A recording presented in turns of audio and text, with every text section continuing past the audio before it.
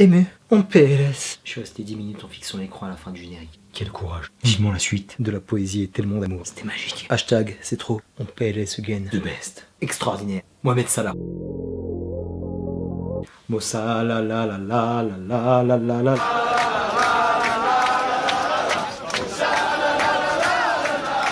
Meilleur joueur d'Angleterre. Il qualifie son équipe pour la finale de la Ligue des Champions.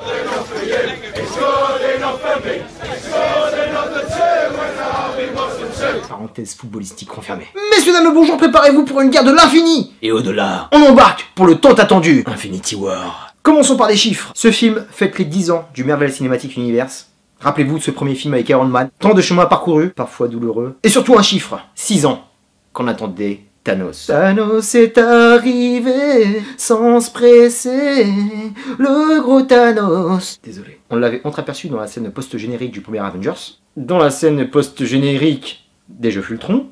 Décidément, le mec squatte les scènes post-génériques. Rapidement posé sur son trône dans Gardiens de la Galaxie. Et il arrive enfin, tout en motion capture, en vieux les bonbons, sur nos écrans. Sincèrement, mon pote, je sais pas pour toi, mais j'ai trouvé ça super long. Surtout que maintenant, on doit se goinfrer 3 films de super-héros par an, sans compter les autres franchises, sans compter les séries télé. Ça fait un peu BZF. Surtout que ces œuvres sont toutes discutables au niveau qualitatif. J'en ai parlé récemment dans le top 5. Tu connais un peu mon sentiment par rapport à cette franchise. En 18 films, tu ne peux pas faire que des chefs-d'œuvre. Il y a eu vraiment des bons films. Il y a eu des films sympas, d'autres à foutre à la poubelle. Mais ces derniers temps, les films étaient vraiment quelconques. Étaient faits dans le même moule, tournés sans aucune prise de risque, ceinture de sécurité attachée, et sans trip, qui font le sel des blockbusters mémorables. En fait, le MCU m'a écarté petit à petit du chemin. J'étais heureux d'en être. Je me sentais parti pris. Moi, les films de super-héros, c'est un gros kiff. Du tous ces comics et de les voir sur grand écran, c'est un fantasme qui se réalise. Je voulais que ça partait légèrement en sucette. Je suis resté pas mal de temps sous la borne d'arrêt d'urgence. Et ces bâtards ont fini par m'éjecter de la route. Et j'ai fini la gueule dans un platane lors de l'exercice 2017. Je n'étais plus concerné par ce qu'ils proposaient. Et ma convalescence a été longue. J'étais pris d'une merveilleuse fatigue très aiguë. Un MCU, Nervous Breakdown. J'y croyais quasi plus.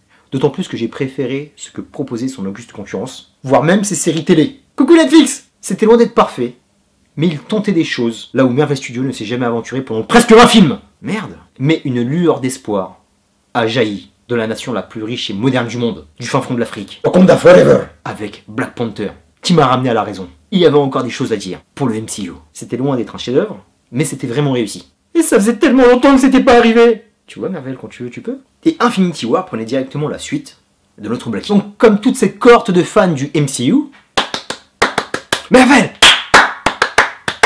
Marvel! D'ici, en ton rhume! D'ici, en ton rhume! J'étais curieux de voir le sommet dans leur franchise sur grand écran. Car ce film est l'anniversaire de la plus longue saga de l'histoire du cinéma. Tu peux pas kiffer tout ce qu'ils ont proposé, c'est impossible. En fait, tu as évolué avec ces personnages et quelque part tu t'en es attaché.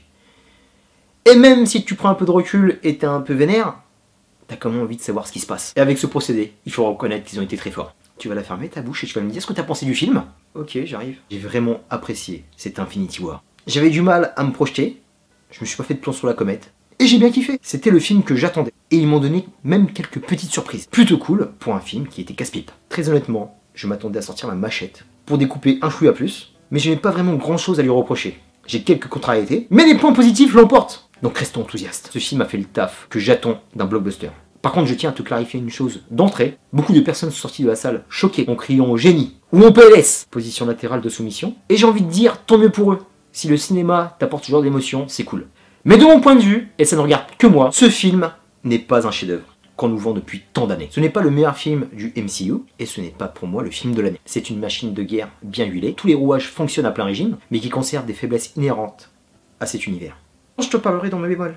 Parce qu'on peut pas réinventer la roue d'un coup, pas possible. Je pense que ce film est là pour nous donner autre chose, j'espère que ça ira en s'améliorant. Et il me donne de l'espoir pour me dire que les films qui vont arriver derrière Infinity War seront de meilleure facture. Hope so. Donc, 2h38 de film, je suis obligé d'invoquer le pouvoir ancestral du pros and cons. Pros and cons. Let's begin par les pros. Combat. Coucou Solar. Ce film aurait dû s'appeler Thanos Quest, parce que sa principale qualité, c'est le titan pourpre qui est une tuerie surpuissante. J'ai kiffé. Quand j'ai vu la première bande-annonce, je le trouvais super chum, mais quand je l'ai vu débarquer à l'écran, j'ai été conquis de suite. Le mec a mis tout le monde dans sa poche, et s'en suait. En même temps, c'est Thanos, hein, tu montes de level. Et c'est un méchant qui n'est pas là juste pour défoncer l'univers et dire « Je suis méchant et je vais vous niquer, bande de gentils ». C'est un personnage qui a des multiples couches intéressantes, Good. Ses motivations, bien que radicales, monsieur ne rigole pas, sont tout à fait claires et audibles. Même s'il y a d'autres manières de faire. Raser 50% de l'univers, ça se fait pas. Il n'y a pas un G8 de l'univers qui peut le calmer, ce connard. Toutes les scènes où il participe sont franchement magnifiques. Celle que j'ai un peu plus kiffé que les autres, c'était celle qui le mettait en interaction avec sa fille adoptive Gamora, qui passe mortelle. Et en plus de ça, encore sur le cul, il y a de vrais moments d'émotion avec ce perso, même si je vais en revenir dans mes contrariétés. Et c'est tellement bien fait que Josh Brolin arrive à transparaître à travers le CGI pour nous donner une émotion tout à fait humaine. C'est bluffant. Bref, le perso réussi que j'attendais avec beaucoup de charisme, on n'avait jamais eu jusque-là. Avec ça, ils ont réussi une partie du chemin. Il reste d'autres choses, la partie. Idem avec sa team. L'Ordre Noir est magnifique de terreur. Tu les vois en groupe, ils sont flippants. J'ai un gros coup de cœur pour le personnage de Ebony Maw qui est pour moi le plus réussi. Et grâce à Thanos et l'Ordre Noir, c'est la première fois qu'on ressent la peur et l'inquiétude pour nos héros. Surtout avec cet opening sanguinaire. Chose qui ne s'est pas passée en 18 films. Et là, t'es inquiet pour eux, parce que tu sens qu'ils vont y passer. Tu sens que ça va être violent. C'est ça qu'on voulait. Les différents designs cosmiques sont au niveau, que ce soit les planètes ou les vaisseaux. Et là, sincèrement, j'ai beaucoup tapé sur eux après Civil War. J'ai envie de tirer mon chapeau aux frères Rousseau et à leurs scénaristes par rapport à l'imbrication des différents univers qui fonctionnent très bien. Et ça, au départ, c'était très inquiétant. Parce que ça a dû être un de ces bordels de mettre ça en place. Un véritable casse-tête chinois. Mais ils sont arrivés à caser tout le monde en 2h30, j'avoue avec des fortunes diverses, on va y revenir, mais c'est plutôt bien géré. Et ce que je kiffe, c'est qu'on respecte l'univers graphique, les différentes ambiances, les différentes teams. Et c'est là que la bande-son joue un rôle très important, parce qu'il y a aussi un univers sonore qui est autour de tous ces personnages, qui sont aussi respectés. Transition team-up. Ça aussi, ça faisait partie du fantasme, c'était de voir des personnages de légende enfin ensemble sur grand écran. Le combat des cerveaux entre Tony Stark et Doctor Strange, la relation filiale entre Tony et Peter Parker, la Team Soldier, emmenée par Cap et T'Challa, le côté space opéra divin avec les Gardiens et Thor, le tout dispatché à travers l'univers, et ça aussi ça jouait sur un fil, mais ils s'en sortent aussi très bien. Ouf. Les différentes dynamiques se superposent à bon escient, on est de suite emporté par le souffle de cette aventure. Et quelque chose qui me tient à cœur aussi, j'ai beaucoup tapé sur le côté adaptation comics, comme je le dis souvent, je ne veux pas un copier-coller, je veux juste un peu de respect. Bien que l'œuvre de Starling soit de mon point de vue inadaptable sur grand écran, elle est ici plutôt respectueuse. On a vraiment affaire à une transposition comics sur grand écran. Revenons au baston que j'ai kiffé. J'en ai kiffé la plupart. Ici on a de vraies batailles. Ce qui manquait dans les autres Avengers, c'était ce sentiment de guerre. Et ici il est respecté. Qui m'ont donné mon lot de frissons que je n'avais pas eu depuis longtemps quand je regardais un film du MCU. Celle de New York contre les immeubles en conséquence est franchement bien foutue. Les prémices de la guerre qu'il y a au Wakanda sont super prenantes. Du moins sur la forme, c'est pas la bataille des bâtards de Game of Thrones, mais il y avait un sentiment d'urgence qui m'a plu. Là on va s'attacher un peu plus au personnage. Un que j'ai kiffé, j'ai trouvé son solo regardable, mais plutôt bon moyen, c'est Doctor Strange. Il est next level. Benedict Cumberbatch, super acteur, rien à dire. Mais après c'était le personnage de Doctor Strange que j'attendais de voir. Et là il passe à la vitesse supérieure, il blague pas. On sent que c'est le personnage qui est au-dessus de tout le monde, qui peut faire basculer les choses. Un vrai bon Spider-Man, après c'est un Peter Parker gamin, on peut pas lui demander grand chose. Mais ce qu'il a à faire, il le fait plutôt bien. J'ai beaucoup aimé la Civil War suite de Tony Stark, qui m'a agréablement surpris. Il était mignon. Et il y a même une petite phrase qui valide plus ou moins Homecoming dans la continuité. Mais c'est tout. Et là, je tire mon chapeau bas. Pour moi, grande surprise. Ça fait longtemps que je n'attendais plus rien de ce personnage. Il me gavait depuis son solo numéro 3, Iron Man. Ou plutôt Tony Robert Downey Jr. Stark. Très fou. J'ai beaucoup aimé sa dimension psychologique. Parce qu'il est encore profondément traumatisé par ce qui s'est passé avec les Chitauri sur la première invasion de New York. Là, il y a des conséquences sur différents épisodes, et le mec est encore touché. Ça me plaît. Le mec assume, prend ses responsabilités, il n'hésite pas à se sacrifier, et d'aller frontalement au combat. Et même au détour de certaines scènes, j'ai retrouvé le Robert Downey Jr. dépressif, que j'aimais profondément au début de sa carrière. Et il y avait un bon dosage entre ses punchlines et l'émotion. Surtout la magnifique scène qu'il a avec Peter Parker à la fin. Ils ont failli m'avoir, ces salopards. On passe à la team chouchou de Rebeu des Bois. Les gars, si vous m'appelez pour faire la guerre, je prends mon pactage direct et je vous rejoins où que vous soyez. Quand Captain America débarque dans la gare d'Édimbourg, j'ai failli tourner de l'œil. Quelle patate dans la gueule. J'ai beaucoup aimé son nouveau costume, le charisme qu'il dégage. Franchement, c'est mon personnage préféré. De loin avant les autres. Il aura aussi le droit à une séquence bémol. Et de le voir à côté de Black Panther porter les stockades sur le Thanos Bend m'a fait sauter de mon siège. Avec cette magnifique phrase culte, and give this man a shield. Là, on peut en faire un t-shirt. Ça, c'est des punchlines de légende qui vont rester. La bombe. Et le Wakanda Forever de T'Challa, avant d'aller mettre du bourre-pif, c'était complètement fou. Demi-molle total. Filez-moi mon putain de visa pour aller au Wakanda, bordel! Je veux être au Wakanda d'adoption. On voit la France. Les gardiens, j'ai eu un peu plus de mal. J'ai aimé quelques comiques de situation. La seule que je peux un peu sauver, c'est Gamora qui est magnifique. Notamment la scène surprise avec un personnage qui revient. Celle-là, je m'y attendais pas, c'était complètement ouf. Là, c'était bien vu de le faire revenir. On l'attendait, bordel! Bon point, les gars. Le personnage sera aussi dans les bémols. J'ai envie de te dire, on l'a enfin respecté pour ce qu'il est. On l'a un peu trop longtemps traité comme un bouffon. On l'a traîné dans la boue. On your knee, France, God of Thunder. Thor. Le Thor attendu qui laissait présager beaucoup de bonnes promesses dans Ragnarok. S'il y a un truc positif à retenir de ce film, il prend son destin en main et c'est enfin une divinité à part entière. Là, il envoie du bois. Et Chris Hemsworth, c'est de la tuerie. Il a quand même bouffé pas mal de merde et ça me fait plaisir qu'on le récompense enfin. Pour Asgard. Le dénouement final est sincèrement beau et émouvant. Voilà du dépassement de fonction. On veut de la dramaturgie. Des conséquences. Je vois que je suis hyper positif. Faut que je découpe un petit peu quand même. Passons aux cons. Et je t'annonce, celles-ci vont être full spoiler. Parce que je vais balancer. Maintenant, nous allons sortir la sulfateuse. Parce que comme prévu, on a sorti la faucheuse. Peut-être de manière expéditive. Parce qu'au bout de 18 films, il fallait mettre les bouchées doubles. Et ils se font fumer dans tous les sens. Et ça, désolé pour vous, mais j'ai kiffé. Thanos ne leur a pas laissé une miette. Kick their ass! Kick their ass! Par rapport au MCU, en général au film de super-héros, j'ai toujours été super conciliant. Je te passe les incohérences du récit et les incohérences au niveau de la chronologie de la saga, qui existe depuis le début de la franchise. Il y a eu 18 films, et c'est dur de conserver des lignes claires quand plusieurs réalisateurs passent par là. C'est un grief qui existe, mais ce n'est pas un grief rédhibitoire. Le massacre des Asgardiens est très cool et nécessaire pour montrer la détermination de Thanos.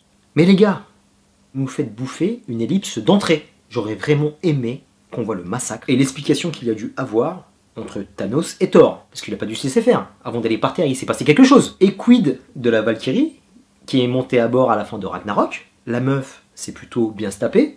Elle aurait pu servir, on la voit même pas dans les morts. Où est-elle passée? Là aussi, on n'a rien.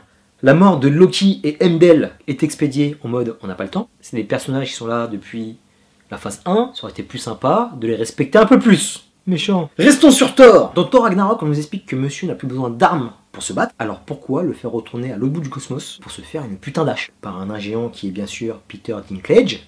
Comme si c'était le seul nain qu'il y avait à Hollywood. Personne ne pense savoir Rick Davis ou quoi? Willow. Enfin bref, chouette clin d'œil aux fans de Game of Thrones. Mais tout de même, je trouve que tout cet arc est rajouté. Toutes ces pérégrinations de Thor ne sont pas nécessaires. Par rapport aux gemmes de l'infini, je suis complètement paumé. Et j'en ai quasi plus rien à foutre. Car cette quête de pierre aurait dû être réglée bien avant ce film. Nous connaissons la présence de cette menace imminente qu'est Thanos, qui va débarquer sous peu, et personne ne bouge pour mieux prévenir que mourir. Pourtant, il y a des grosses têtes dans la bande, quoi. Doctor Strange, Iron Man, le Shield, personne ne se pose de questions. On préfère faire de la merde avec Ultron, ou se battre comme des lycéens sur un tarmac d'aéroport allemand désaffecté, que de préparer Thanos. C'est là que le MCU montre ses faiblesses. Après avoir vu Thanos dans le premier Avengers, il aurait pu impacter, je dis pas les 12 films qu'il y a derrière, mais la plupart des productions Marvel Studios. Il aurait pu commencer à manigancer, faire planer une menace. Et là, il débarque, donc tu dois te précipiter pour le développer un maximum. C'est loin d'être nul, mais ça aurait pu être 10 fois mieux fait. Apparemment, il a détruit pas mal de planètes. Il est passé par Xandar, qui abrite le Nova Corp. Ça aussi, c'est expédié. On nous le dit, mais on le voit pas. Je veux voir ce genre de scène. Qu'on soit encore plus pris à la gorge. L'arc des gardiens, qui m'a franchement saoulé. Je crois que c'est team à partir du 2, je ne peux plus. On voit tous ensemble. Tu sens qu'ils font tâcheron à côté des autres et n'apportent pas grand chose. Surtout Star-Lord, et je suis désolé pour lui, Chris Pratt, qui montre ici ses limites. Je kiffe en tant que personnage secondaire ou dans Parks and Recreation. Là je peux plus, on t'a vendu comme un beau gosse à l'égal des autres. Et franchement t'es pas au niveau mon gars. Autre chose qui a été gérée moyennement, c'est la gestion des personnages. C'est dur de caser tout le monde sur un film qui finalement est trop court. Il y en a un qu'on nous vend depuis longtemps comme le successeur du Captain America, Bucky Barnes. Ça fait 2 ans qu'il dort dans une case au Wakanda. Le mec, on lui fabrique un bras bionique, technologie wakandaise 2.0. Tu te dis qu'il va envoyer du lourd, et on ne le voit que tirer avec une mitraillette aux côtés de Rocket Raccoon qui lui lâche une vanne. Franchement, le rôle de Sebastian Stan tient du caméo.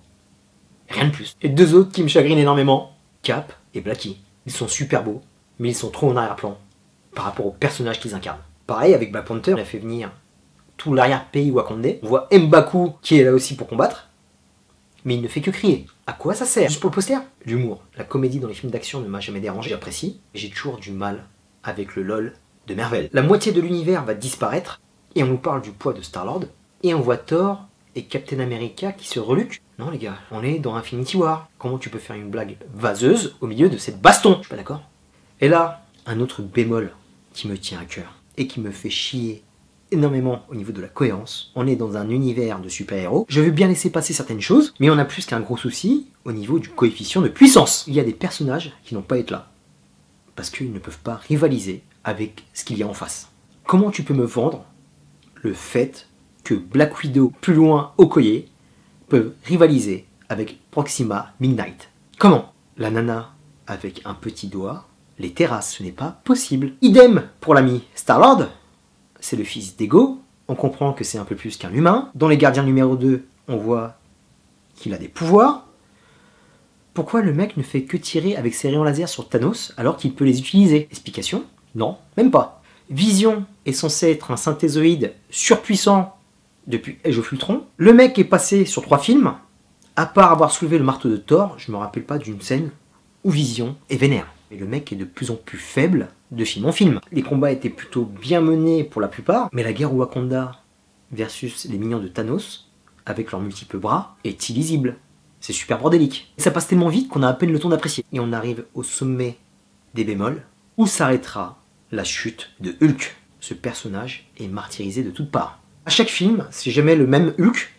Ça je fais bien parce que ça fait évoluer le personnage, mais ça le fait évoluer à l'envers. Je contrôle, je me contrôle pas, je te chante une petite cantine, je suis arrogant, je monte mon cul, et là, tu vois Kull qui débarque, il a un physique titanesque, tu dis qu'il va avoir un super fight contre Hulk, et ben non, le mec n'arrive pas à se transformer. C'est une façon de régler vos comptes avec Universal. Plus baltringue, tu crèves. Le mec est devenu un comique de situation, plus gênant de film en film. À cette allure, le fait de punir, il sert à rien. Il est ridicule dans Hulkbuster. Pareil que dans Black Panthers, la gestion des bad guys est super mal gérée.